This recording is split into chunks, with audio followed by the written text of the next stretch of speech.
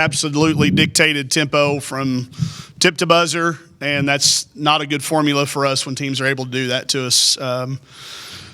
We tried to do a few different things, but it certainly appeared like we tried the same thing over and over and over, expecting a different result, which I think Einstein said is the definition of insanity. So frustrating on how we lost, not that we lost. I think Georgia, obviously, with you look at their schedule, they knew this game had a pivotal swing to it, and they came in as the team that looked like they had more to play for than we did. Disappointing for us. Maybe the first time all year been disappointed, and I think our team is too. So maybe it's a chance to learn. We'll see.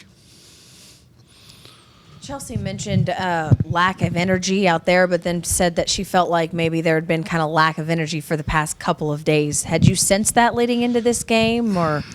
Unfortunately, I had not. That's on me. But if they're in there, she's not the only one that said it. She's not the only one that said it. So that goes to the thing I can do better, have a better pulse. I'd like to tell you I see it, but I didn't. I didn't see it. I thought we had a quiet confidence about us. We were getting on that borderline of having a little bit of swagger. Maybe that's what I was attributing it to. But there was no reason not to have any energy. This team has their legs. We'd come off a day off, which I found out just a minute ago nobody came in to do any extra shooting on for the first time all year. We had pre-practice on Tuesday, which I just found out nobody showed up for the first time all year. So I think as a result, for the first time all year, we're disappointed. So maybe that confidence got a little too high. I'll certainly go back and spend most of my night tonight beating myself and us up for not noticing it. Being able to kind of be thrown off like that, when you look at the stat sheet, only 3 threes tonight. Georgia just able to completely shut down that perimeter shooting. And 20 turnovers. When you look at the formula for us, free throws, layups, and not turning it over, they did 2 of the 3, and we've got zero chance of winning when that's the case. Then I'll tell you what else happened. When that happened, then we started gambling on defense all of a sudden. Now all of a sudden we're going to become we're going to turn you over. And we start reaching on kids we have no chance to guard anyway, much less when we've reached ourselves out of position.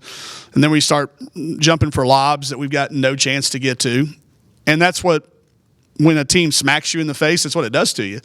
It reels you on both ends of the court. So not only offensively, but I thought defensively they affected how we played. And that's when I tell you they controlled the tempo, all but for about a 1 minute or 2 minute stretch here and there. And we had some flashes where it looked like we were going to get it going. We just never could back it up with 2 good plays. Whether we scored, we couldn't get a stop. Or if we got a stop, we couldn't turn it into a score. But they certainly guarded the three-point line. 19 free throws is a good number, but it's not a good enough number for us to beat a team that's holding us to those other areas. 20 turnovers, we're not going to overcome that. We're not going to overcome that most any night, but especially against somebody that's traditionally and is having it's got 3 wins in our league now. So we're not going to beat teams like that with that type of departure from our identity. There was a graphic at the end of the game. It said that Toll-Free, Ramirez, and Dungy only had 29 points combined, those 3, and they were averaging like 49. Yeah. Has there been a game this year where all 3 of them have been off like that? No. Not that I can recall and or remember. If Aaron doesn't come in and give us a little bit of a spark, this thing's over in the fourth quarter before the fourth quarter starts. So there is a silver lining in there when it comes to that. But yeah, I can't think of a game when all 3 of those kids have been held to that number. And part of it was pace. Again, it's a low pace game, but our points per possession was not where it should have been.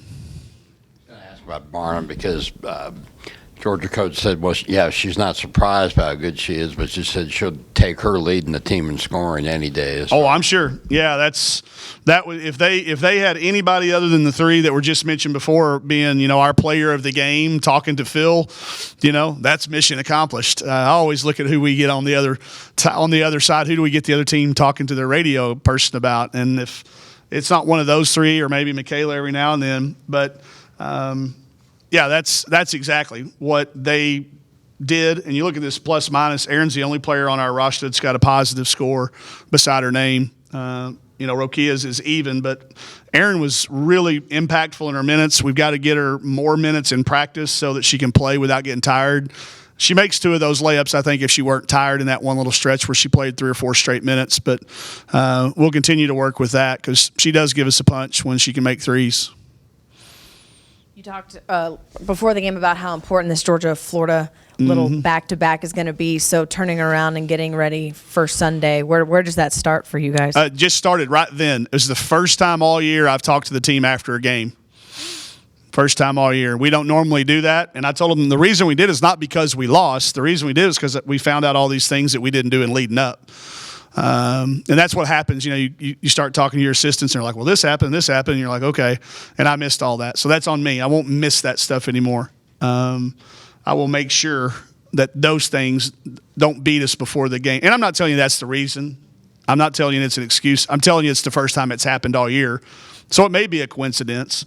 But, yeah, we started it right then. I got them in there. We talked to them. It's the first time all year, win or lose, here or home or away, that I've ever talked to the team following the game. And I'm going to leave a little bit more encouraged. I can tell you, if I had to talk to them, I would have been not much fun to be around the rest of the night or tomorrow or until I saw them again. But I'm glad we talked. I do think it's all fixable, but it's got to get fixed today. We can't let this one carry over into this. I'm really disappointed nobody's jumped on the Florida-Georgia line country music reference at all, but I'll go ahead and drop it out there for you guys. But we've got to take care of one of these 2 home games. You can't let 2 home games against people you're picked around slip by and not regret it. Conley in the first half seemed to take control. Anything particular about that y'all didn't do or she did? Well, I don't know why we all of a sudden started going and double teaming the post off of her. It was clearly not the game what we talked about. But again, if we're doing it, it's because we didn't coach it well enough or didn't prepare it well enough. But we let her get comfortable. She's only been averaging like 7 or 8 points a game in league play. She had that at half. She had 12 at half. And then when she got going, I thought she really changed the complexion on both ends of the floor. But I'm going to tell you that in the fourth quarter, she wasn't in the game. She wasn't even in there when they were starting to pull away. So I thought her start was big, though, Nate. And us allowing her to get comfortable. She's one of the better players in our league and lit us up last year. It's baffling a little bit, but it certainly was, I think, a key for them. We were lucky to be where we were at halftime. We have to hit a half-court shot, at the buzzer to tie it. And we felt like we were in pretty good shape there, but we just came back out with trying to do those same things over and over and over. But Conley was really good. Any other questions regarding Jordan? Coach, can you talk a little bit about Florida? Sure. They're going to try to shoot more threes than we do. They do have an inside presence that causes you to pause a little bit. They can play inside the arc, but they will be equally as athletic as Georgia on the perimeter. They will make it equally as hard for us to get threes. I do think it'll be a higher possession game, which hopefully can favor us a little bit. But, bouncing back, we need a huge crowd. I know it's been cold, and this is our lowest home attended game of the season. And so I hope everybody will stay with us and not look at the loss and not show up on Sunday. We need this place rocking because we need to bounce back in a big way. Any questions on Florida? Okay. All right.